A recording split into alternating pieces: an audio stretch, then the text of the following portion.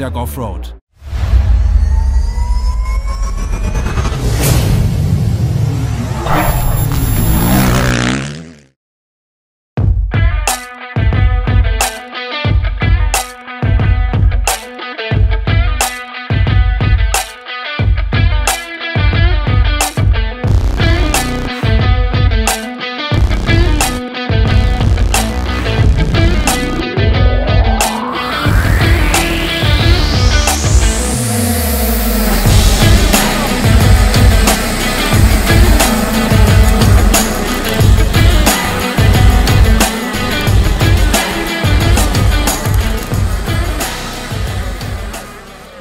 Alors, bah ça va. C'était bien? Ouais, c'était cool, c'était cool. Franchement, une piste au top, le soleil, une super belle journée. Et difficile à rouler, non? Avec les petits trous et les grosses ornières, ça avait pas l'air simple. Ça va, j'ai eu un petit problème technique qui empirait la chose, mais ça va. Le motoclub a fait un beau travail, c'était vraiment sympa à rouler. D'accord. C'est ton premier podium en cadet ou en espoir, pardon? Ouais. Bon, ça fait plaisir alors de commencer l'année comme ça, non? Ça fait plaisir, ouais. Ça donne. Ça fait du bien. Voilà, ça te donne des objectifs un peu plus élevés que tu avais déjà ou tu visais les... C'était à peu près ce que je visais, bon pas autant bien mais j'espère continuer de la sorte. Eh ben écoute, je te le souhaite et du coup tonton il doit être content, non? Ça, je sais pas s'il le sait ou pas encore. Pas encore? Mais ouais, il sera content. Ok, ça marche. Bah, je te remercie beaucoup et bonne chance pour la suite. Merci à vous. Bah voilà, on est ravis d'accueillir Tom Vial avec nous. Donc Tom, bah, tu roules pas si souvent devant ton public en France. Ça fait un petit peu longtemps que tu n'avais pas fait un élite, il me semble. Ça fait du bien de revenir. Ouais, c'est top. Ça fait l'année dernière, on n'a pas eu le Grand Prix de France, donc c'est vrai que ça fait un bon moment. Donc non, c'est top de revenir en France. À Ernée, c'est vraiment un beau circuit. Toutes les conditions, il fait beau, tout ça, donc c'est top. Non, ça fait plaisir. J'ai pu m'entraîner un peu en France les deux derniers jours. Donc non, tout se passe bien. D'accord. Et bah, ce circuit, tu le connaissais là, s'il a été un petit peu refait, ça a l'air pas mal mais assez difficile quand même. Ouais, le nouveau tracé, non, j'ai pas roulé. J'avais roulé à l'Europe en 2017 ici, en championnat d'Europe 250. Donc ça remonte et le nouveau circuit est vraiment bien et assez technique. Il y a 2-3 gros sauts. Donc non, ça va, on va dire pour une préparation de Grand Prix, c'est vraiment top le circuit. Après ouais, c'est vrai que c'est un gros circuit, il y a beaucoup d'écart de niveau quand même. Donc on va voir les manches, ça devrait bien se passer, le départ est assez bien. Donc non, c'est top pour une préparation, c'est ma première course, non c'est top. C'est ta première course de la saison? Ouais, première course, ouais, on n'a pas fait parce qu'il y avait le championnat d'Italie vachement tôt. C'est vrai. Et comme les Grands Prix s'attaquent au mois de juin, c'était un peu trop tôt. Donc on a préféré pas, et là le départ est à la grille, le net comme en Grand Prix, donc c'est vraiment top pour s'entraîner. Et c'est un beau circuit, donc non, c'est top. Justement la Russie c'est la semaine prochaine, tu abordes voilà, ce championnat en tant que patron, hein, voilà, c'est toi le champion maintenant, ça te met une pression supplémentaire ou t'es pas sensible à la pression? Ouais, non, il faut pas trop le prendre de ce côté-là, on repart tous à zéro, donc c'est quand même long, on va partir sur presque 20 courses. Donc la première épreuve, c'est pas besoin de gagner, faire 2 fois 1, c'est bien sûr que j'aimerais beaucoup, mais il faut voir, prendre de bons départs, faire 2 manches solides et c'est l'objectif. Et puis voir à partir de là, j'aime beaucoup le terrain Russie. J'avais roulé en 2019, c'était vraiment top, c'est un beau tracé, des belles montées, descentes. Donc non, ça devrait être bien.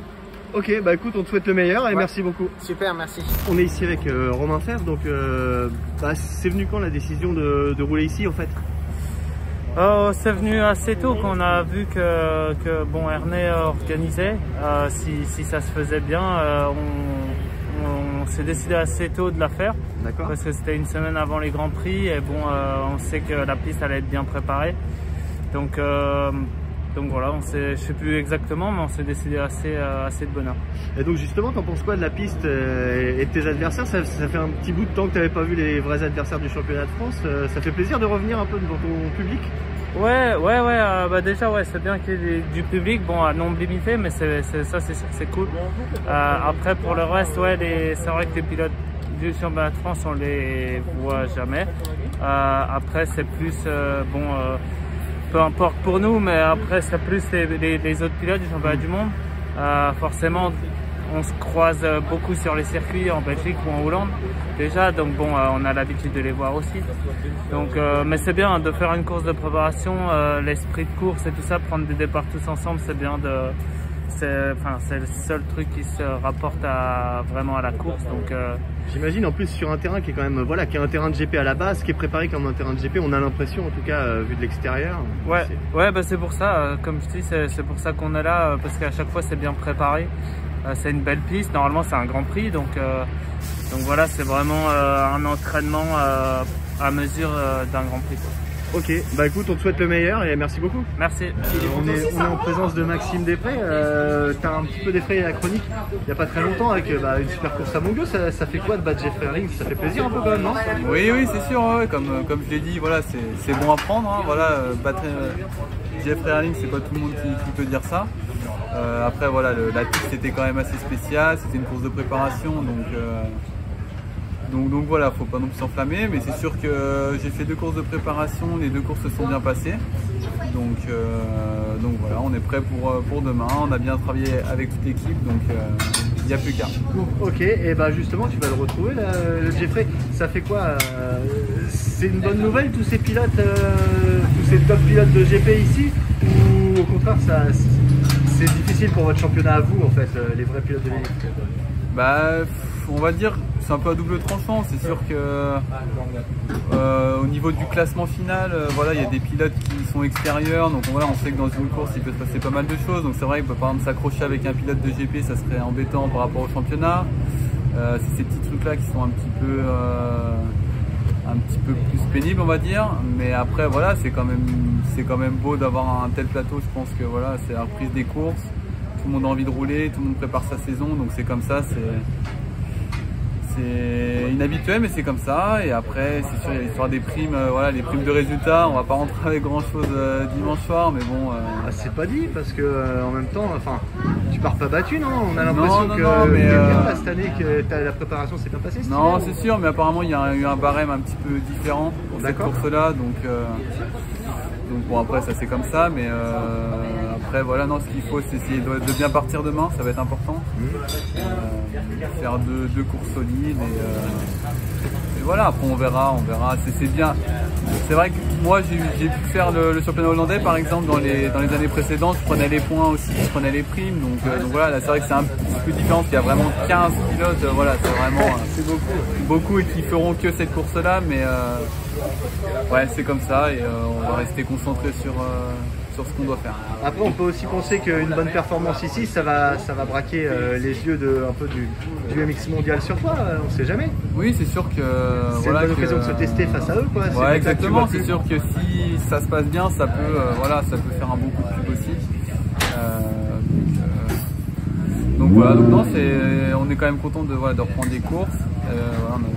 On a quand même beaucoup roulé avec l'équipe tout l'hiver, on a bien travaillé, donc c'est bien d'être ici, d'être en forme aussi, donc voilà, il n'y a plus qu'à rouler. Bah écoute, merci beaucoup de nous avoir consacré un peu de temps et merde pour demain. Merci à vous, bonne journée. Et donc bah là avec Mathis Boiramé, toi t'es quasiment un local en fait ici, t'es pas loin. Ouais, c'est vrai que c'est à côté de la maison, mais bon, c'est pas en Bretagne, c'est en Pays de Loire, donc ouais, on va pas rentrer dans des considérations régionalistes. Ouais, mais la Bretagne c'est la Bretagne, donc donc voilà, non, à côté de la maison, donc content, ça fait du bien, les courses, la reprise dès avant le début du championnat, donc non, c'est top. Bah justement, t'as signé un très bon chrono ce matin sur une piste préparée un petit peu comme un GP quand même, on a l'impression, avec des ornières, des trous, tu le sens comment? C'est vrai que ouais, la piste ils l'ont bien préparée, il y a eu du changement, une nouvelle partie, donc il y a des trous, donc c'est vraiment bien comme en GP. Et c'est vrai que non, ça fait un bon entraînement avant la Russie. Et bah ouais, voilà, t'avais pas évolué en élite depuis un petit bout de temps, ça te fait plaisir de revenir sur ce championnat ou c'est purement une course de préparation? Ouais, c'est vrai, bah je suis français, donc ça fait plaisir de revenir faire une course en championnat de France élite, donc voilà. Après, on voulait aussi faire des départs, faire des courses, du rythme et avant de commencer le championnat du monde. Donc non, c'est vrai que je suis content de revenir ici en France. Très bien. Bah écoute, on te souhaite le meilleur et merci. Bah on est avec Zachary Pichon cette fois. Voilà, un autre favori de ce championnat de France élite. Nouveau modèle, mais là, bah, demain, ça va être une journée un peu particulière, non? Ouais, bah c'est cool. Moi, je dis pour pour la reprise, ça va faire un bon entraînement. C'est sympa qu'il y ait plein de mecs de GP qui soient venus. Ça va y avoir des bonnes bagarres, ça va bien rouler, donc il va falloir, on va se tirer la bourse, ça va permettre de faire des bons chronos, de se pousser un peu, et puis le terrain va être top, donc j'ai hâte que ça commence. Bah ouais, puis là bon, t'es sur tes terres là quand même, non? Ouais, bah c'est mon club ici, Ernée. Ouais, je sais. Et puis bah nous on est à 1 heure d'ici, donc presque à domicile on va dire. Bah c'est la course la plus près de la saison, donc bah ouais. presque à domicile. Donc bah là tu vas les bouger les mecs des GP là. Bah j'ai bien l'intention, ouais. On va se battre avec eux, pourquoi pas les battre, hein, se bagarrer avec eux. On est là pour ça de toute façon, prendre des bons départs et puis. C'est ce que j'allais dire, ça va passer par un bon départ. Ouais, déjà bon départ et puis après, ouais, se bagarrer, bien tenir physiquement et puis je pense que le terrain va être bien tracé aussi, donc il va falloir surtout trouver des bonnes traces. Ouais, physiquement aussi ça va être compliqué, donc bon départ et puis faire des bonnes courses, solides et ouais, concentré. T'as l'air confiant en fait, t'as l'air excité de. Je suis excité que ça commence, ouais, surtout en France parce que ça fait longtemps que j'ai roulé en France, donc j'ai vraiment hâte que ça reprenne. Ok, écoute, super, je te remercie beaucoup. Donc bah ouais, on a la chance d'être avec Arnaud Aubin, reprise de la saison, gros plateau, nouvelle moto, il y a beaucoup de choses là dans l'actualité pour toi. Ouais, là ça fait pas mal de changements, bon après c'est une nouvelle saison qui démarre. Un petit peu plus de temps de préparation, après nous ça nous a un petit peu arrangé, j'ai envie de dire, dans le sens où on a changé de marque, il a fallu refaire pas mal de choses. Ouais, vous êtes reparti un petit peu de zéro, non? Ouais, voilà, on est reparti de zéro, alors on a quand même beaucoup de partenaires, la majorité qui nous suivent, même si on a changé de marque. Ouais. Après on en a ajouté encore quelques-uns et on est ravis de les accueillir dans la structure. On a aussi un nouveau magasin qui nous aide, donc bah, je les cite, ouais, il y a Milwaukee, Laurent Service et la concession Millésime Motor à Reims. Donc on va dire que c'est les 3 principaux partenaires qui nous ont rejoints cette année. Et les autres ont continué, donc c'est top. Ok, et justement, c'est intéressant, ça fait très longtemps que tu roules Suzuki. Là on te retrouve sur une gaz-gaz. C'est quoi les différences entre les motos? Qu'est-ce que tu as ressenti? Est-ce qu'il y a beaucoup de différences déjà ou peu finalement? Bah, après, il faut savoir qu'aujourd'hui, depuis pas mal d'années, n'importe quelle moto peut être bonne. Hein, je veux dire, on peut la mettre dans les mains de n'importe quel pilote. Si le pilote est bon, il va réussir à bien rouler avec la moto. Après, oui, ça va être sur des petites spécificités. Je pense qu'aujourd'hui, les moteurs autrichiens, dès qu'ils sortent de l'usine là-bas, je pense qu'ils ont un petit avantage sur les européennes, notamment en 2,5. La 2,5 gaz-gaz au niveau moteur, elle est. Sur les japonaises, tu veux dire? Ouais, ouais, voilà. 2,5 gaz-gaz, elle est super bien née. Et je dirais qu'aujourd'hui, le truc principal, c'est qu'entre ma moto d'entraînement et ma moto de course, j'ai quand même moins de différence que l'année dernière sur ma suite. L'année dernière, on avait mis le paquet sur la moto de course. Ça nous avait quand même coûté pas mal de budget. Et on ne pouvait pas se permettre de mettre autant dans une moto d'entraînement. Donc quand je sautais de ma moto d'entraînement à moto de course, il y avait quand même un bon gap, alors que cette année, même si j'ai une super moto de course, on va dire que le gap il est un peu moindre. D'accord. Et donc tu t'amuses avec cette nouvelle moto, c'est aussi maniable par contre que la Suzuki? Ouais, je la trouve super maniable. Alors moi j'avais déjà roulé KT il y a 8-9 ans et bon, les motos ont quand même pas mal évolué. Je trouve les châssis mieux équilibrés, la moto plus maniable. Donc non, franchement je suis super content de ma moto. On a aussi investi dans des bons kits WP. J'ai vu que tu avais la Convalve, le track. Voilà, c'est ça, ouais, avec notre préparateur de longue date 4 Racing qui met les mains dedans. Félix. Ouais, voilà. Donc, ouais, Félix nous a fait un super châssis. J'ai gardé Jérôme Salib pour le moteur. Ah, donc tu repars quand même voilà, avec des bases connues. C'est ça, ouais. Même si on a changé de marque, on va dire que les personnes qui travaillent avec nous et les bases restent un peu les mêmes niveau préparation. Très bien. Et donc, ouais, voilà, demain, gros test quand même pour cette ouverture de l'élite. Il y a le champion du monde, le vice-champion du monde. C'est une chance ou c'est une calamité pour vous, les pilotes de l'élite? Moi, franchement, je suis super content de me mesurer à des pilotes de mondial. Bon, quand j'avais entendu parler de ça, on va dire que le souci avait été un petit peu la question sur les points, les primes, tout ça. C'est vrai que ça, c'est toujours un sujet un peu délicat à traiter. Alors quand il y en a un ou deux qui viennent, on n'en parle même pas. Là, c'est vrai qu'ils viennent. Après, je me suis pas trop penché sur la catégorie MX1, mais il va en avoir beaucoup aussi. Mais je sais qu'en MX2, il y a 10 ou 12 pilotes d'usine déjà, donc forcément qu'au niveau des points, les payes, tout ça, c'est quand même dérangeant. Après, côté sportif, moi, je suis vraiment super content. Cet hiver, je pense que je me suis correctement entraîné, j'ai pas eu de gros pépins. Donc bon, on va voir demain à combien je me suis dit du top mondial, quoi, et c'est toujours bien de savoir. Voilà, ouais, c'est intéressant. Exactement. Ok, bah écoute, super, on te souhaite une bonne course et puis bah on essaiera de faire un petit point demain soir. Pas de problème. Allez, merci à toi. Soirée, à demain. On est avec Nicolas Aubin, alias Nico. Donc j'ai vu déjà que Romain Fèvre, il a été obligé de changer de numéro à cause de toi, hein. Le 3, c'est toi, c'est clair. Ouais, le vrai, le top, le papa, c'est moi. C'est ça, le papa. Désolé Romain. À Bercy, c'est pareil. Je suis obligé de changer quand il y a Tomac. Donc là, j'arrive à négocier en championnat de France. C'est bien. Numéro à l'année. Voilà.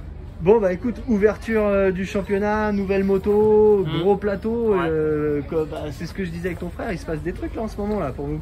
Ouais, bah après on a changé de partenaire, enfin on a 2-3 partenaires qui sont arrivés en cours de route. On a Milwaukee et Laurent Service principalement. Je vais pas tous les énumérer, même si je les remercie chaleureusement. Donc ouais, non, bah c'est super important parce que cette année ça reste une année encore toujours un peu plus compliquée qu'avant. Je veux dire, la bonne époque elle est passée déjà un peu dans le cross, on va dire, et là avec le Covid ça a encore durci un peu le truc. J'imagine bien. Donc voilà, c'est pas simple, mais bon voilà, on fait notre truc, et puis voilà, on a un magasin motivé, Millésime Motor, tu vois, qui nous aide vraiment bien. Donc ça c'est à Reims, hein, voilà, c'est à Reims. Donc voilà, on a tout un tas de personnes super motivées qui ont adhéré au projet assez rapidement. Et puis après on a nos sponsors un peu, c'est pas tout neuf, hein, mais RXR, Beer, tout ça. Enfin, c'est la famille quasiment. Ouais, voilà, c'est des amis, c'est des partenaires de très longue date. Voilà, il y a pas on se pose pas tellement la question si on doit continuer ou pas d'ailleurs, hein, ça se fait naturellement. Et donc voilà, écoute, on a juste changé réellement de moto. Et puis voilà, c'est super intéressant aussi. C'est un petit, même si quelque part on aurait forcément aimé souhaiter continuer avec Suze à un moment donné, forcément, parce qu'on était bien, mais voilà, bon bah c'est comme ça, on a saisi l'opportunité de changer, et finalement ça fait pas de mal parce que il y a un petit peu de nouveauté, un peu de fraîcheur, tu vois, ça fait du bien, quoi. D'accord. Rouler sur quelque chose de nouveau, découvrir. Voilà, au bout de 6 ans, c'est pas déconnant non plus, quoi, quand t'es sportif, d'avoir un peu de 109, quoi. Et donc bah justement, même question qu'à ton frère, qu'est-ce que t'as senti des grosses différences sur la moto? Tu passes d'un cadre alu à un cadre acier, de suspension, c'était du Showa ou du Kayaba? C'est Showa, Suze. C'est du Showa, là Showa. Tu passes sur du Whippy. Ouais, je pense que les gens se touchent un peu avec tout ça quand même. C'est vrai? Ouais, il y a une différence, certes, cadre acier, cadre alu. Je veux dire, tu prends les cadres japonaises, les cadres alu, les sensations sont totalement différentes, c'est un cadre alu. Ouais, donc tu sens bien qu'il y a 2-3 trucs, ça a gardé un peu la patte autrichienne. Moi, le dernier coup que j'avais roulé KT, c'était en 2011. C'était les premiers démarrins, les premières biellettes. Tu sens la patte, le toucher, les capes de gaz, tu vois, les freins Brembo, l'hydraulique, l'embrayage, tu vois, t'as toujours un peu ce côté forcément ressenti KTM tout de suite, mais à part ça, fonctionnement de la moto, ça dépend de comment tu la règles déjà surtout. Et puis non, bah, tout de suite assez content.